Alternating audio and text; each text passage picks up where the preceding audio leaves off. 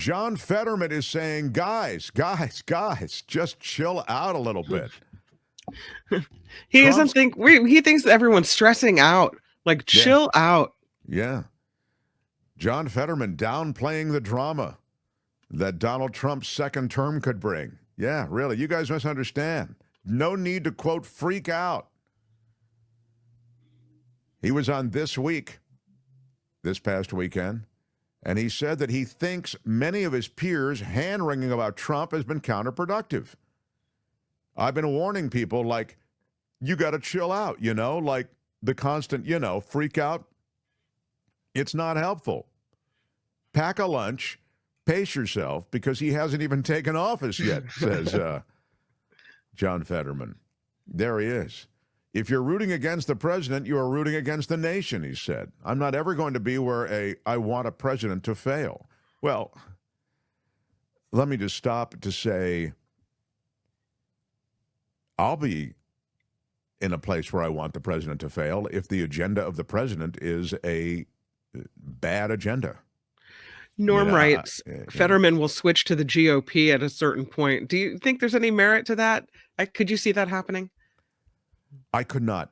I could not see that happening. I think the Democrats need a John Fetterman type figure, someone who really reads working class, also isn't afraid to say what he thinks, although, again, you don't have to agree with everything he thinks, but he's not constantly walking things back because, oh, my God, there are members of my constituency on the left, or there are members of my my political allies and the caucus of political allies on the left that think that I'm being too coarse in my description, or he doesn't walk any of that stuff back. He's a bit more alpha male that way, and I honestly think the electorate responds well to that.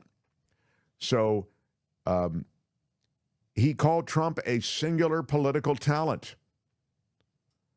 And I'll tell you, I agree with him.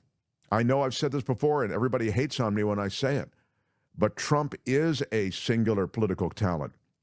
He employs despicable ways in which that talent is displayed. The mockery of those with physical handicaps or challenges of one sort or another, making up out of whole cloth narratives involving illegal immigrants, and he goes after the trans community in this gratuitous and cruel way. That is really, though, what the GOP has picked up as the way they want to go. And he is charismatic. There is something about Trump that is charismatic, even entertaining. The Democrats don't have someone like that. And so it's interesting that Fetterman, who I think is in a way closest to that in terms of his political talent, he reads, again, like an everyman. And he speaks in sort of an across-the-fence style. It's interesting to hear him comment on Trump. Now, again, Fetterman, I think, because he's been open about his struggles with depression and other sort of challenges psychologically, not to mention his stroke. I mean, he's not a viable top-of-ticket candidate, but I do listen to what he says with some interest. Hey, Tony, can you play a little bit of it? I mean, I just noticed that it's there. Yeah, here's a little John Fetterman. You never know. But what I am is I'm just a regular Democrat. I'm not leaving my party. But I'm not sure why some of the things that I've chosen to do, like meeting with nominees and having views that might be more aligned with some of the Republican side, I think that's part of politics. And that's pretty much consistent with just doing the job and representing the kind of state that we have in Pennsylvania. Looking forward, what are you most optimistic about with a Trump presidency, and what do you fear? Well, it's like I've been warning people, like, you got to chill out, like the constant, freak out. It's not helpful. So, pack a lunch, pace yourself, because he hasn't even taken office yet. Do you think he has the potential to be a successful and a good president? I hope, because I'm not rooting against him. If you're rooting against the president, you are rooting against the nation. and I'm not ever going to be where I want a president to fail. So country first. I know it's become maybe like a cliche, but it happens to be true. What was the single biggest factor behind Kamala Harris and Democrats losing in November? You have a singular political talent. It's undeniable. Trump. You know, he had the energy and almost a sense of fearlessness to just say all those kinds of things. And people, it's undeniable that it has an entertaining aspect for that too. And just if you're not afraid to say all of those things, and after you survived an assassination, you literally were shot in your head, and had the presence of mind to respond, you know, fight, fight, fight. I mean, that's a political talent. It's undeniable. And also, I never believed that it was about fascism. And for me, that made it difficult for Kamala Harris said that he was a fascist. Yeah, well, it's like that's her prerogative. I mean, but it's not a word that I would use, because you put a lot of Democrats, especially in my state, that I know, and I happen to love people that are going to vote for Trump, and they are not fascists. And also fascism, that's not a word that regular people, you know, use. That, you know, I think people are going to decide who is the candidate that's going to protect and project, you know, my version of the American way of life, and that's what happened. I think it's interesting. Again, I've kind of already commented on this, but I just think it is interesting always when we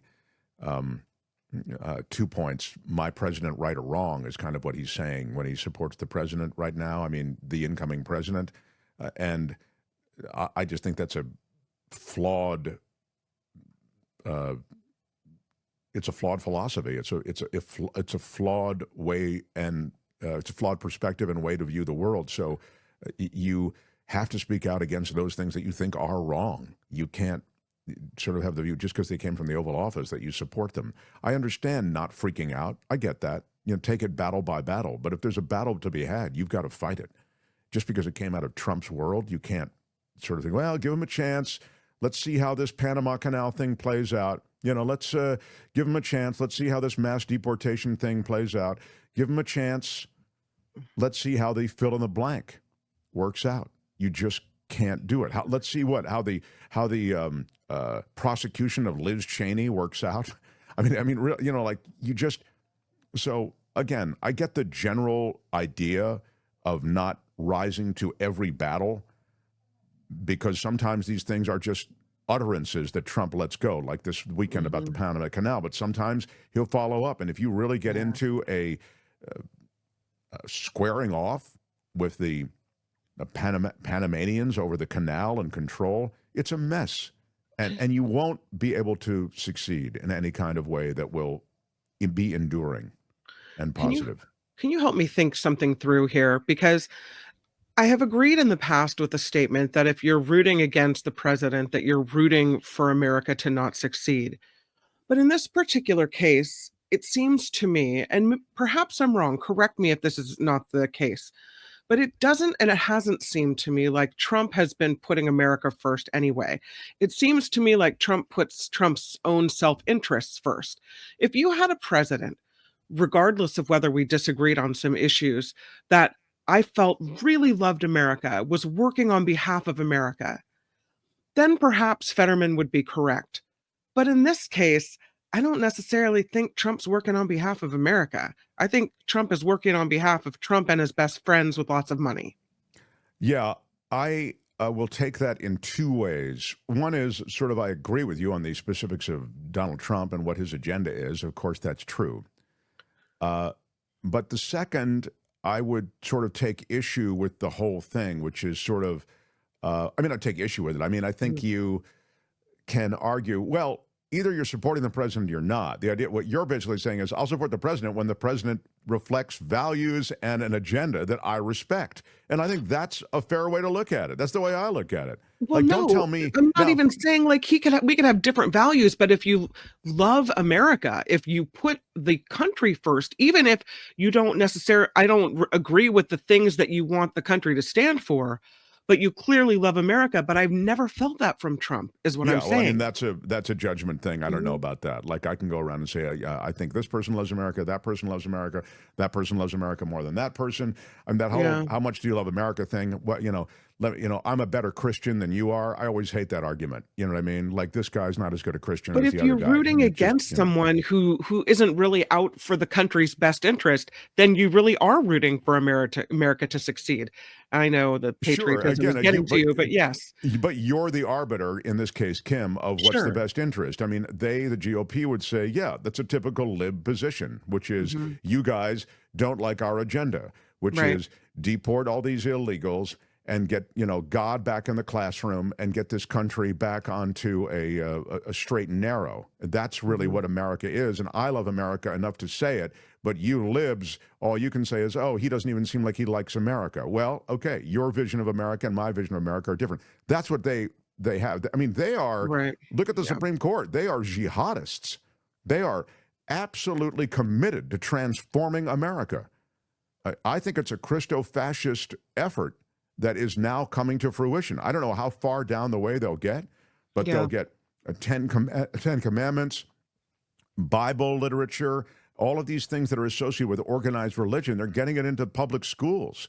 And so this, again, I would say is un-American, right? Totally. But they Mhm. they would say, no, that's the real America. We're trying to actually get this country back to some values. That's what they would say. And by the way, I don't consider their argument in any way valid, but I'm just saying that's out there when you get into the question as to who. This is interesting. Just Give Me the Truth says, I don't think he means support everything Trump does. He means respect the office until it demands real criticism. Okay, distinction maybe in search of a difference, although I take your point. I take your point. But again, respect for the office is not just automatic. I understand that you want to treat these institutions with a reverence. But what I also say to you is when these guys come in and they don't respect the institutions with a reverence, they don't show any reverence toward those institutions. Trump didn't go to the inauguration in 2020 of Joe Biden. I guess the inauguration was actually in 2021. But you get my point. He didn't go. He actually was in the shadow of an attempted coup. I mean, that is someone who does not respect American institutions. Yeah. Concocted fake electors in a fake elector scheme to hang on to power? Are you kidding me? Yeah. And you want me to, though, to respect the office of the president because he is the president now. Again, I'm not disrespecting the office. I'm demanding from the office some of what you're talking about or implying, all of you who say that the presidency requires a degree of respect. I'm demanding that respect be reciprocal. Care about those institutions that you're supposed to reflect as president of the United States. When So- you talk about going against the Constitution, the separation of church and state, denying someone in the chat talking about him wanting to get rid of same-sex marriage and all these things, when you talk about taking rights away from people and going against the Constitution, basically not caring about the Constitution, I think that's un-American. And so in this case, rooting for him to fail is rooting for America to succeed in my book. And yes, you're right. I am being the arbiter of what is American and what is un-American in this case. But it just seems so clear to me that if you're for the Constitution, you would be for him to fail. Yeah, I mean, I get it. You're finding Yeah. different things, and Mhm. I don't disagree necessarily with the things that you found to kind of wedge in there to point out, hey, he's not for the Constitution, he's not for this, he's not for Mhm. that, and that makes him someone who I can root against. Randy Sure. is saying, I'm just hoping Trump can't accomplish all or anything that he wants to do. wanting Trump to fail badly in office probably means the U.S. economy is headed for recession or something. It is true that I think it would be hard to conceive of a scenario whereby Trump did poorly because, you've rooted against him, but somehow America flourishes because his plans are fairly aggressive on the economy. He loves tariffs. Those are inflationary. And he kind of wants to get into a trade war, even with those countries that we are not really on an adversarial footing with.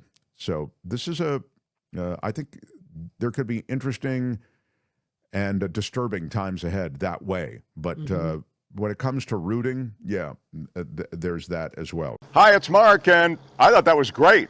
Hit the notification bell, you'll know whenever there's a new video being dropped, and please subscribe to our channel to help us save the universe.